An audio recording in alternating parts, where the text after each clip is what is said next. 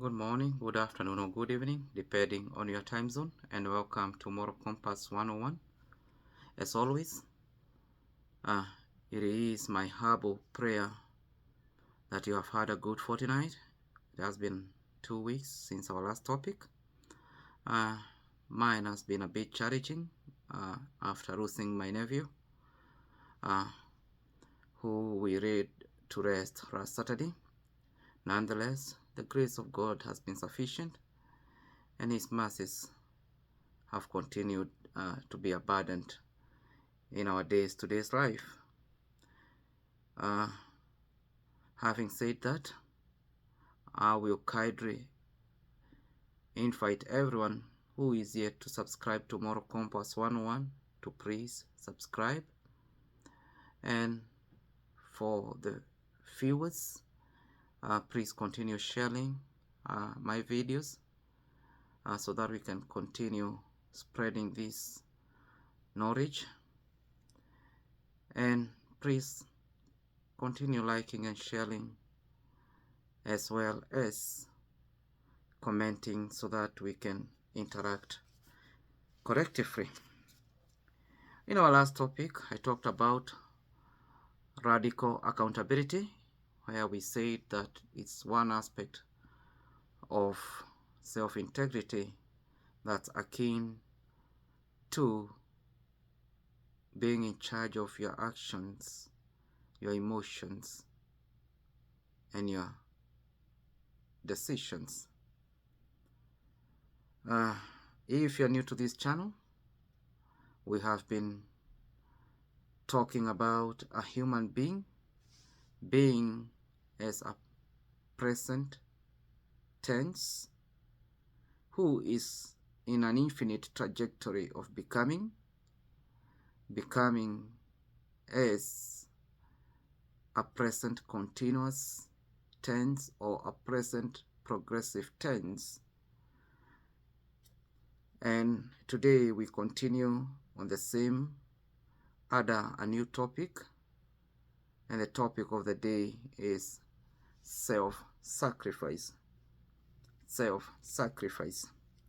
My definition of self-sacrifice is the margin of acceptable loss for your prospective self-actualization.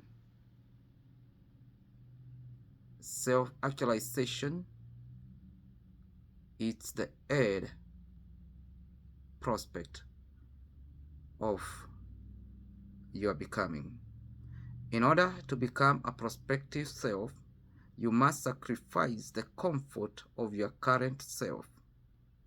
Self-sacrifice, therefore, is volitional denial of your self-needs for your prospective self-actualization. Hence, to achieve a higher reward, you must be willing to increase your acceptable loss threshold. Loss threshold, in other terms, is the margin of acceptable loss, which is determined by your risk tolerance. Risk tolerance is tolerance to uncertainty.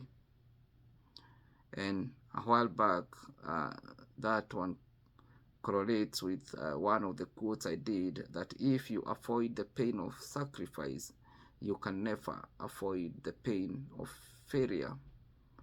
And a few weeks, a while back,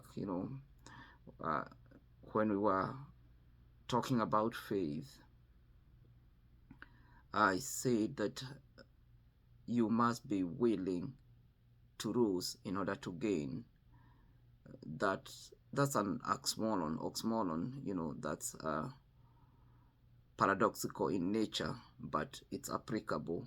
Losing to gain, that is the act of self-sacrifice, that you have to be willing to accept a certain threshold of loss, or a margin of acceptable loss, for you to gain something, or you to become a progressive human being who is becoming. Self-sacrifice happens when the pursuit of your purpose requires you to abandon safety nets through refraining from your comfort zone or comfort of certainty to the possibility of growth. Here I'm not talking about self-sacrifice schema, where you excessively prioritize the welfare of others to the detriment of your well-being or neglect of self, but rather I'm talking about the cost that you are willing to pay for the attainment of your prospective self-actualization. The pursuit of purpose will first and foremost give you fulfillment before it can even render happiness to others. It will give you fulfillment and prosperity before it renders, happiness and joy to others. Hence, this is not an aspect of a self-sacrifice schema where you excessively prioritize the needs and the wants of others to the detriment of your health and wealth, because you cannot give what you don't have.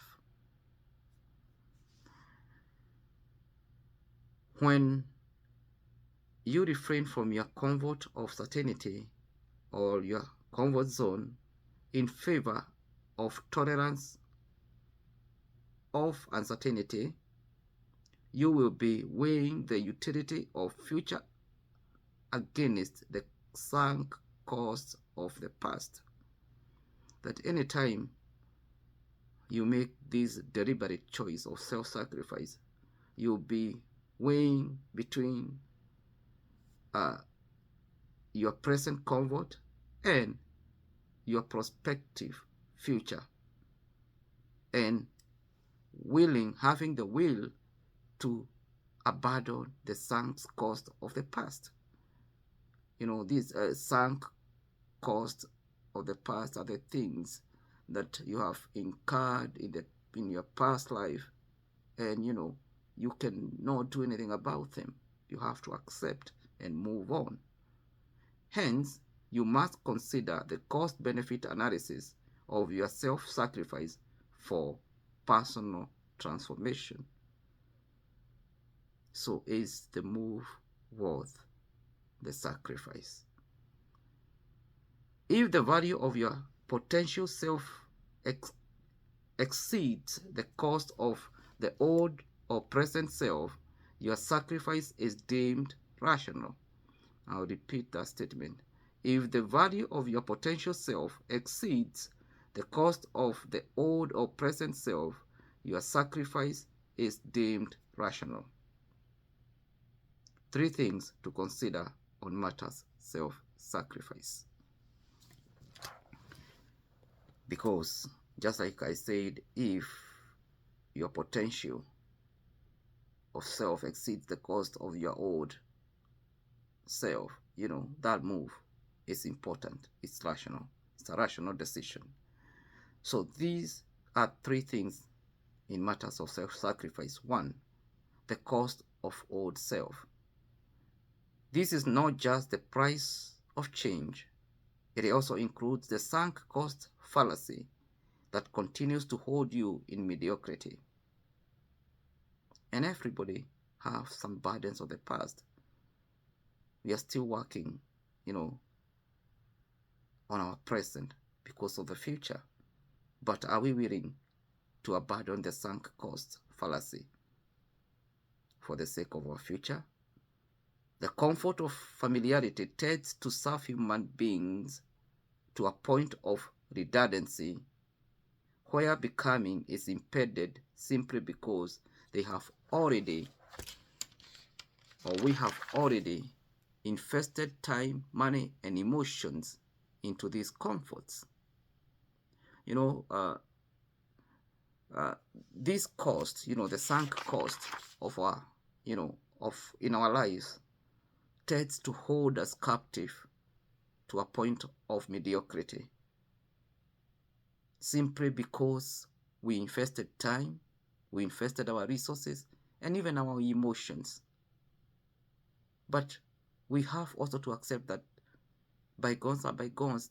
They were never beneficial.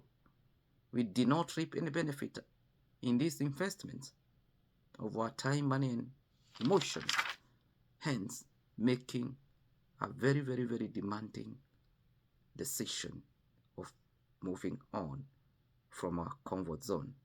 The second thing that you self-sacrifice calls for is the potential self. This is the perspective or the future value for self-actualization. Just like we said, if the cost of the prospective self exceeds or is greater than the cost of redundancy, we must make that choice of progressing, leaving the comfort zone, leaving the known to the unknown. And the third thing that comes with self-sacrifice is rationality. In this scenario, rationality is acting in a way that optimizes your prospective benefits. When your potential value is greater than the cost of transition plus the cost of comfort, certainty, the move is deemed rational. If what you're prospecting to achieve is greater than what you have today, you have to abandon what you have today for that uncertainty that you deem greater than your present life. In closing, self-sacrifice becomes rational when the pain of staying the same exceeds the pain of change. I'll repeat that statement, that self-sacrifice becomes rational when the pain of staying the same exceeds or is greater than the pain of change. When the potential self offers a utility that compensates for emotional and social cost of abandoning the old self, the transition shifts from a difficult choice to a necessary decision. That anytime the potential of self offers a utility that compensates or takes care for the emotional and social cost of abandoning the old self, the transition, the shifting ceases to become a difficult choice, but becomes a necessary decision. In essence, you stop negotiating with your past once the future becomes more valuable than the history you are holding onto. You stop negotiating with your past once the future becomes more valuable than the history you are holding onto. My question tonight is, what are you willing to sacrifice or deny yourself for the sake of your prospective self-actualization?